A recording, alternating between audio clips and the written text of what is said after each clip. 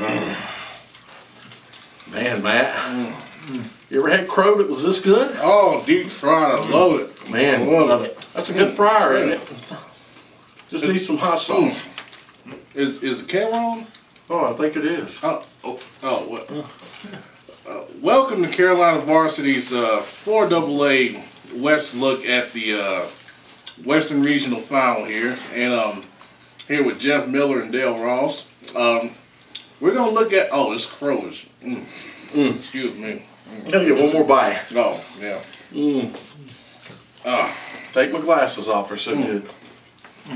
Okay. I'm gonna put that to the side now. Excuse us. Sorry, but the reason why we're eating crows is because we all said that East Forsyth could not run the ball on Butler and the game would not be competitive. And we said that we would eat crow if that was not the case. And here we are eating crow. Exactly.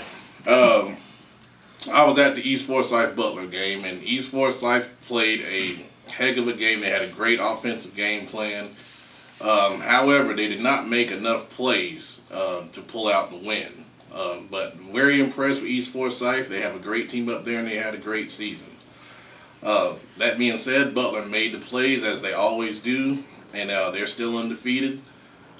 Going into the big game we've all been waiting for almost a couple years now at Memorial Stadium. And I can't wait to break this down. Dale, what did you see with Mallard Creek? Well, I just was going to add for your game that Liston had 185 yards. Well, I had a couple of more stats from that game, but I guess I did not. What I saw at my game, of course, Mallard Creek won 42-0. Pretty dominant performance.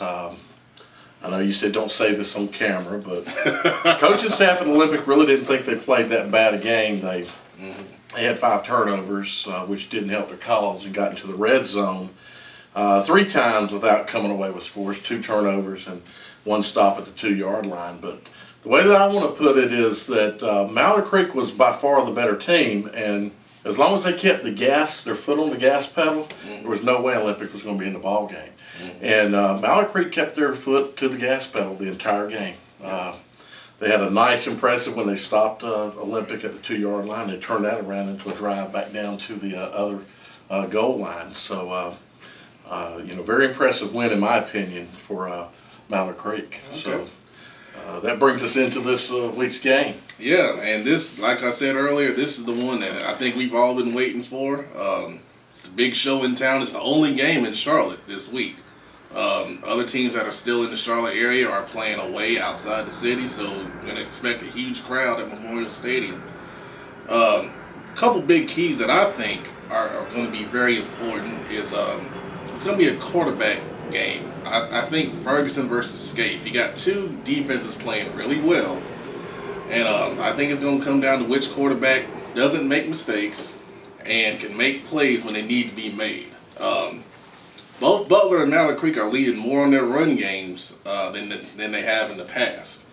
And Mallard Creek, we've all been commenting on it throughout the playoffs. They've been running the ball more, and they've been having good success with it and leaning on the defense. And that theory is going to be tested this week because we all know Butler can make plays, on offense, and Mallard Creek it's going to be a situation where they're going to have to make plays in the passing game. Because even though we saw last week East Forsyth run the ball on Butler, East Forsyth was very big up front with that big 6'7" guard going to East Carolina, and they found a weakness in the Butler defense where they kept running away from Colombier, and I probably got his name wrong, I'm sorry. Peter is going the to snap. Big linebacker. Yeah, they kept recognizing him pre-snap. They would make a call, and they would run away from him a lot.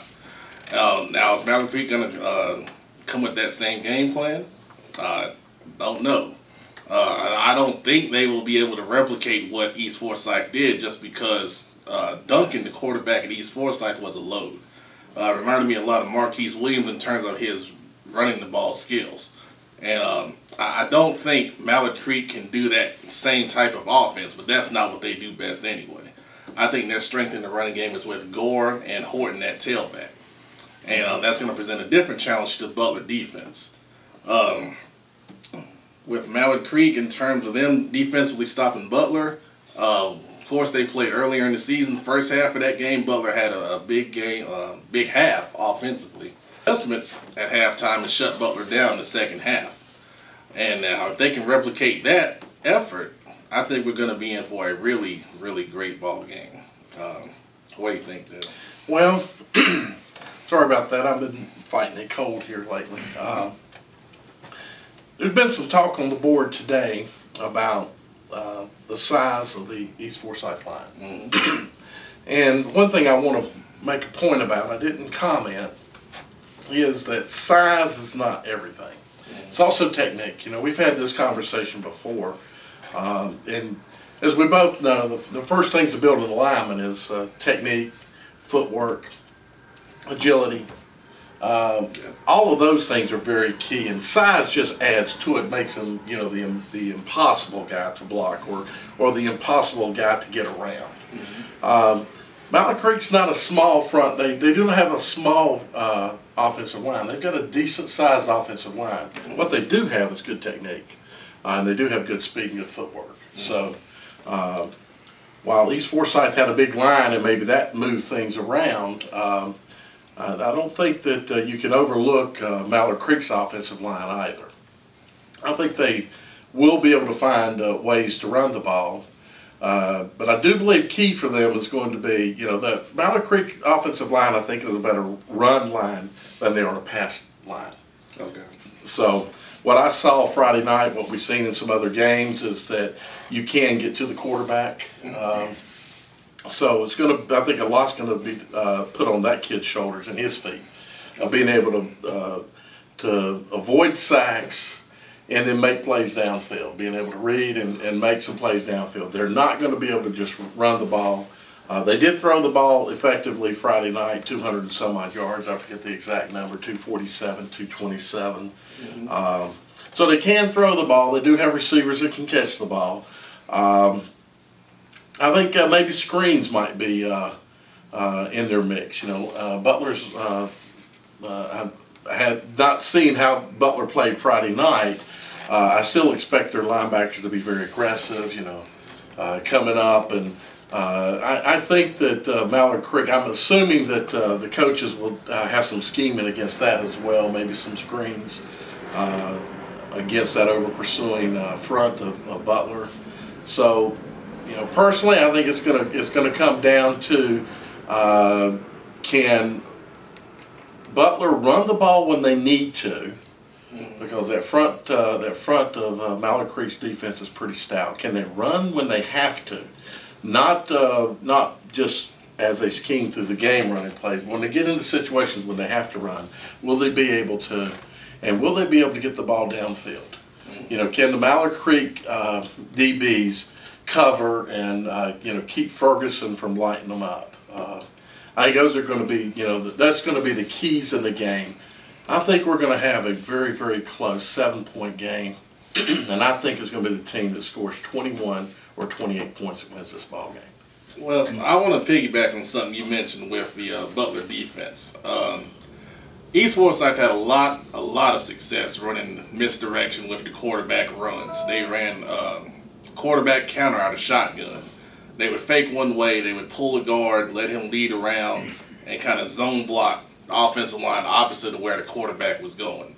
And Butler had some trouble with that, and they would run it away from the star linebacker. And I don't know if Mallard Creek will try to replicate that exact play, but I do think we'll see some misdirection, definitely. Going back to week 1, Mallard Creek had a little bit of success with the misdirection off the zone read, which is a little different, where they would fake it one way and the quarterback would keep it going opposite the flow. So I think we'll see that as well.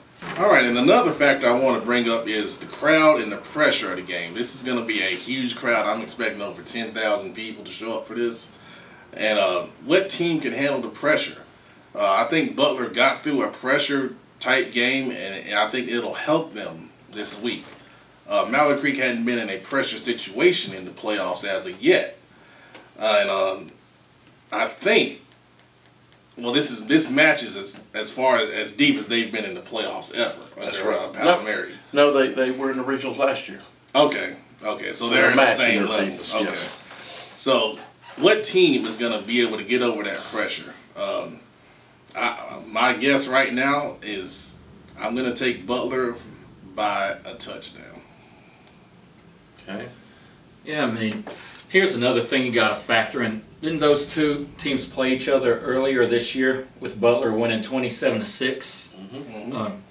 Well, goes back to it's hard to beat a good team twice in one season. But, you know, as the season progresses, you know, teams get better. And unless you get, you know, key injuries, and I don't think they have a lot of injuries on either team, do they? Butler's had a couple, but And Mallard Creek's, you know, North is out. North. Although there's some stupid talk about he might play Friday night by our buddy. But, If you're watching, Otis. but with their both of them high power, you know, high octane offenses and their very stingy defenses, something is going to have to give.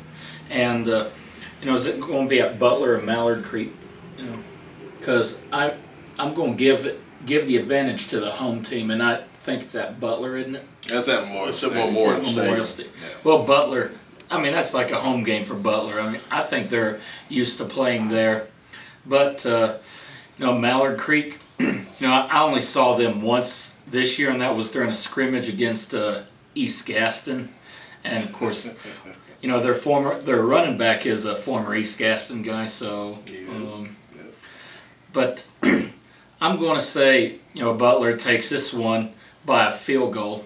You know, I'm going to say like 24-21. This game's going to come down to the wire. It's going to be a knockdown drag. I believe everybody that attends this game will get their money's worth. Jeff, you mentioned field goals. Butler had some struggles special team-wise. They missed a couple extra points against East Forsyth, and East Forsyth did some squib kicks that Butler had trouble returning, so that will be a big factor in the game, definitely, especially when you got a one-score game like we're predicting here. Okay, Matt, that's pretty interesting as far as the missed extra point opportunities, because if this is a tight ball game as we expect, it's going to be, you know, a missed extra point could be the difference in the game, actually. Yeah. So, you know, special teams play is very important in a game that's going to be as tight as I expect this game will be. Special teams play will be very critical. I understand that the crowd at Memorial Stadium, though, this past Friday night wasn't that big, maybe 3,500. I would estimate, my estimates were around 5,000 to 6,000 were my estimates. Okay. But it wasn't the size that I expected, honestly, from One my of the perspective. One of the things I've noticed this year throughout going to different games is fans aren't coming out as much this year for some reason. And at the game I attended Friday night, the visitors may have outnumbered the home team, and the visitors didn't bring that many, so it just wasn't a good turnout either. So hopefully you people will turn out for this game.